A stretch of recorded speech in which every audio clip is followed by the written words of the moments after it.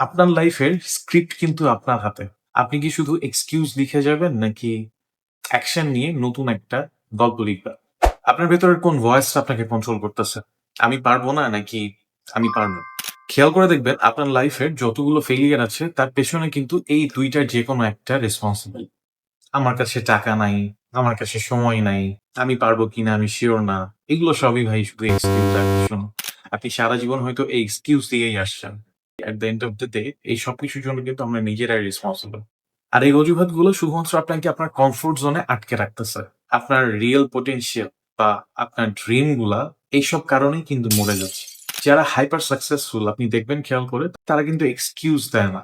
আমি যতজনকে চিনি তাদের লাইফস্টাইলটা এরকম। যেকোনো চ্যালেঞ্জকে হেড অন ট্যাকল করা। No excuse. টাকা যদি না থাকে ফ্রি রিসোর্স জোগাড় করেন। আপনার হাতে সময় নাই, সারাদিন চাকরি করতেছেন। রাত জেগে কাজ করেন। রিসোর্সের কিন্তু এখন দুনিয়াতে কোনো অভাব নাই। মূল অভাবটা হচ্ছে ডিসিপ্লিনের। একবার নিজেকে একটু জিজ্ঞাসা করেন আপনার লাইফ থেকে সব এক্সকিউজ যদি কেউ নিয়ে নেয়, তাহলে আপনি কি অ্যাচিভ করতে পারতেন? একটা ছোট্ট স্টেপ, একটা নতুন স্কিল শেখা, একটা নতুন অনলাইনে কোর্স করা। আপনার মাথায় একটা আইডিয়া আসছে অ্যান্ড সেটা নিয়ে ইনস্ট্যান্টলি কাজ করতে শুরু করে দেন। এগুলাই কিন্তু আমাদের লাইফের টার্নিং পয়েন্ট হতে পারে। আর আপনার লাইফের স্ক্রিপ্ট কিন্তু আপনার হাতে। আপনি কি শুধু এক্সকিউজ লিখে যাবেন নাকি অ্যাকশন নিয়ে নতুন একটা গল্প লিখবেন? সো আপনার লাইফে কোন এক্সকিউজটা আপনি ছাড়তে চান? কমেন্টে লিখবেন।